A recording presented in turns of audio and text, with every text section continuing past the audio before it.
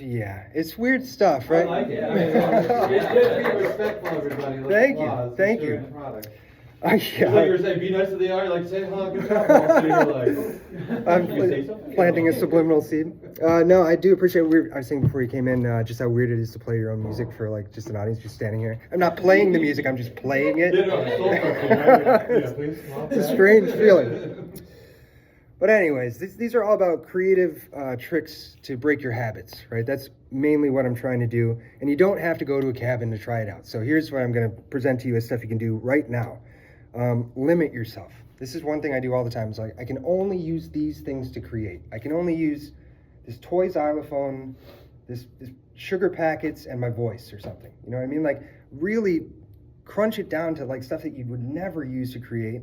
And then I'm sure what you'll find is that when you go back to your comfort zone, there's different ideas there now. You know, you sort of unlock something. One thing that I mentioned earlier is just starting with a different instrument. Redefine your foundation. You know, if you always start with guitar, start with anything other than guitar. Keep in mind it's all rhythm and melody, and think in patterns. Like, trust negative space. Less can be more. It really can be so much more. One of the things I go through with my students a lot is most of them are beat makers, you know, so they're in the box, they're working in session, and they've got beat, bass, melody, and it's this big chunk of information, right? And it might sound good, but I'm like, hey, the only thing you need to consider here is that non-musicians listen to this and they don't hear it as individual pieces, they hear it as a chunk of something.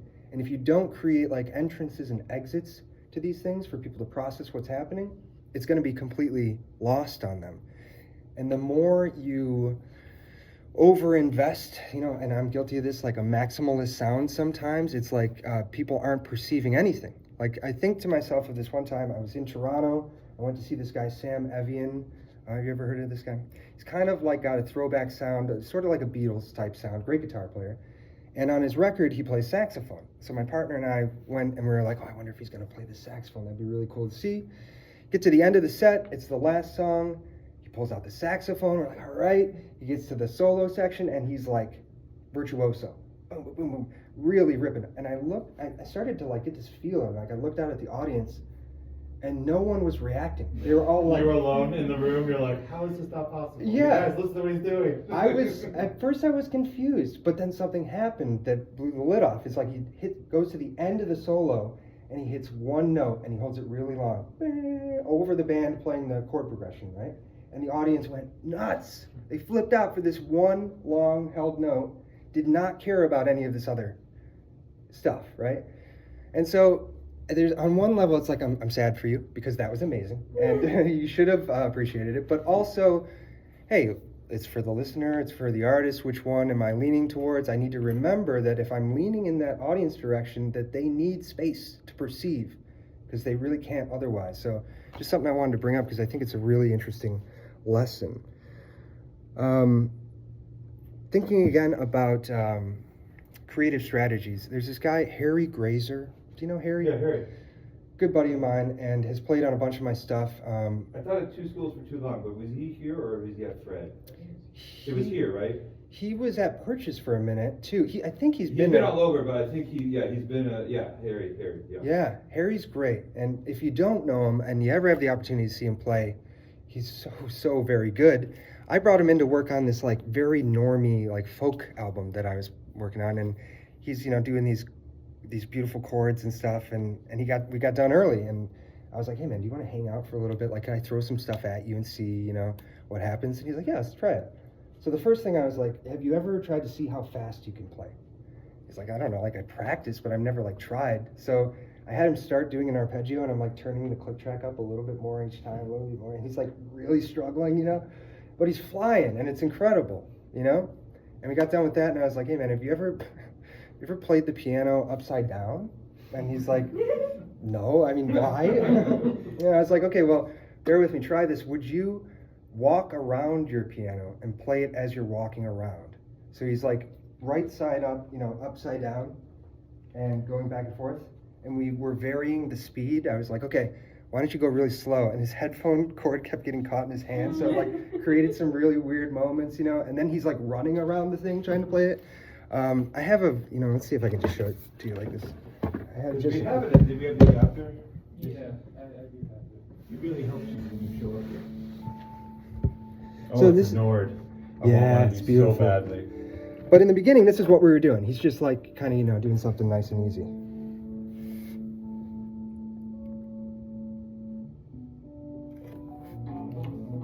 This is him trying to go fast. But yeah, here's the man.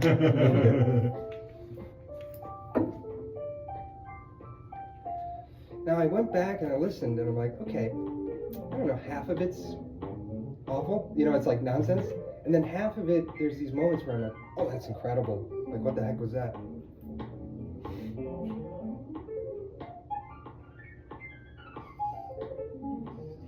That's my kind of piano playing. I was really just trying to push him. I'm like, Harry, you're great. I know you're great, but what's something you've never done, And he walked away from the session being like, that was the most fun I've had in like a year because I just haven't, he hasn't tried to break his habit, which is exactly what I'm talking about. He's technically incredibly proficient, but creatively, the thing that I hate for Harry is that he's often playing at dinner music and no one is even noticing how good he is.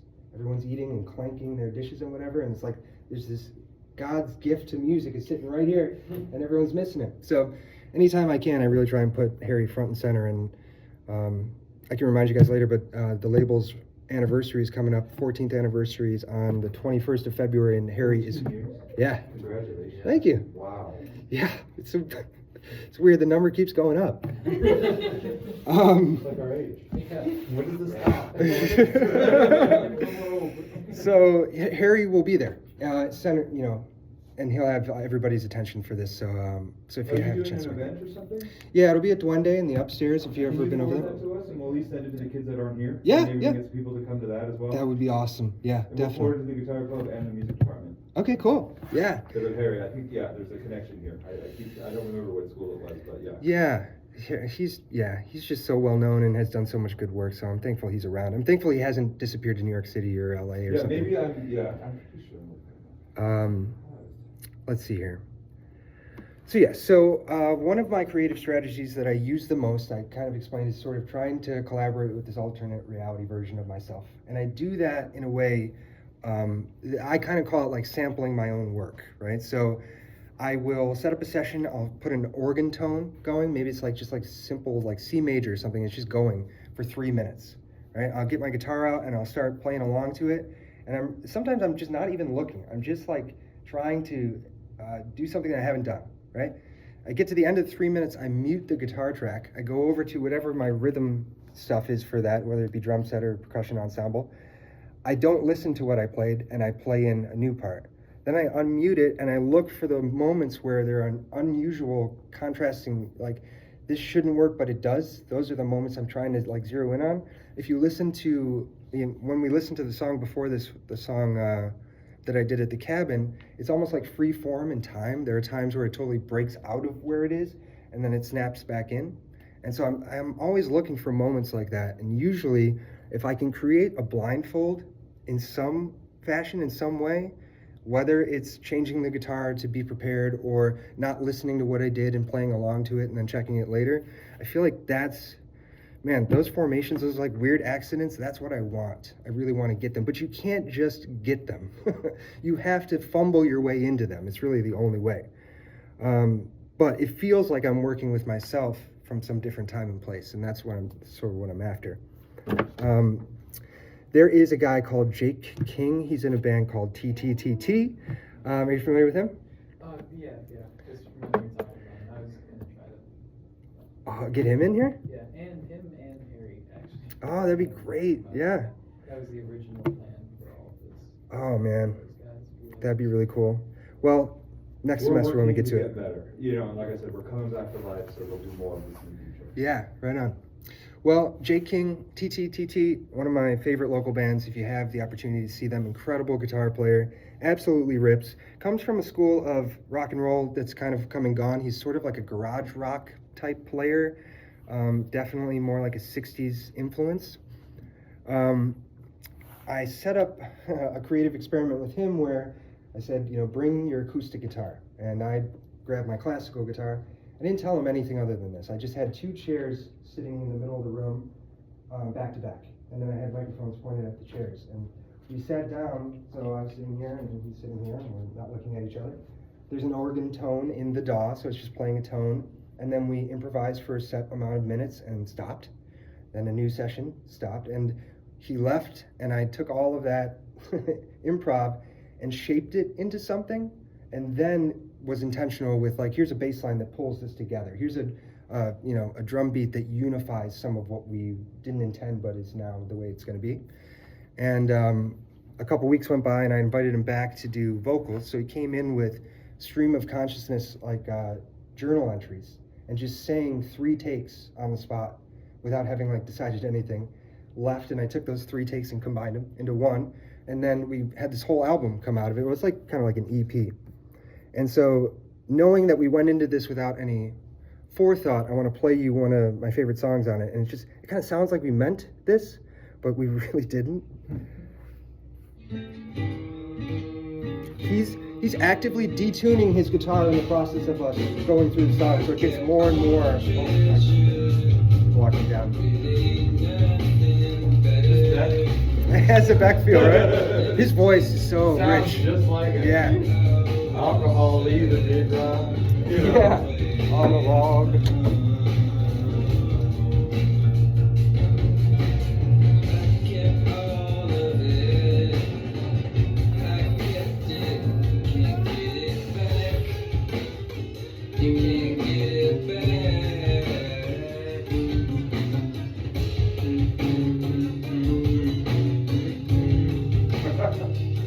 I like it.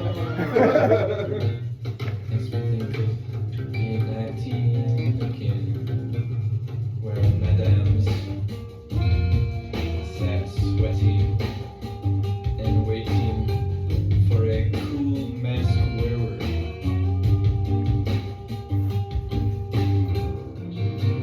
Irony, ice,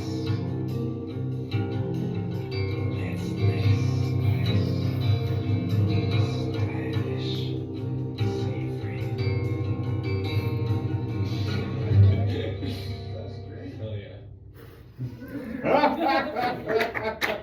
Thank you. 100% of that piece. Yeah, right? 100%. That's so awesome. I love including conversation at the end of pieces too. A lot of times you'll find that in my work because I just feel like these songs are capturing a moment in time, and I want the personality of the people that made them to show through a little bit. You know, Jake's one of the best people around. I love that kid. Super good guy. Just really a pleasure to work with him. But I think if you can take anything away from what I've said today, I have a huge emphasis on improvisation. I'm not the person you come to for performance perfection. We were talking about this, like, you know, you got to have it just, no, I'm like, break it, like, turn it around and make it something totally different. There's a lot of truth to that. I think it can help you in some ways. It's not the only way to go, but it's one way to go. And I guess one of the questions I had for you guys is how much improvisation is involved in your creative habit? Or do you find yourself more leaning into the tools you already have? It's a good question. Yeah. I mean, I kind of define myself as not really having ever had a ton of improv, like just creative flow for music and stuff. I came to it with really sort of like, here's some music, learn how to play this, play it right? Yeah. And that's like my whole entire experience. So yeah, it's really just been like the creative liberties that I take are within the things that I know, like you're saying. I see what you mean. So, Yes. Kind of break out. I feel like that's a very common way to come to it, though, especially if you're coming to music through the. See, I found my way into music in a strange way. Like I told you guys, I went to Fredonia, but I didn't go for music. You know, so I was never in class learning about it. I was only around people that made it and sort of like picking a little thing from here or there and putting it in my bag, you know.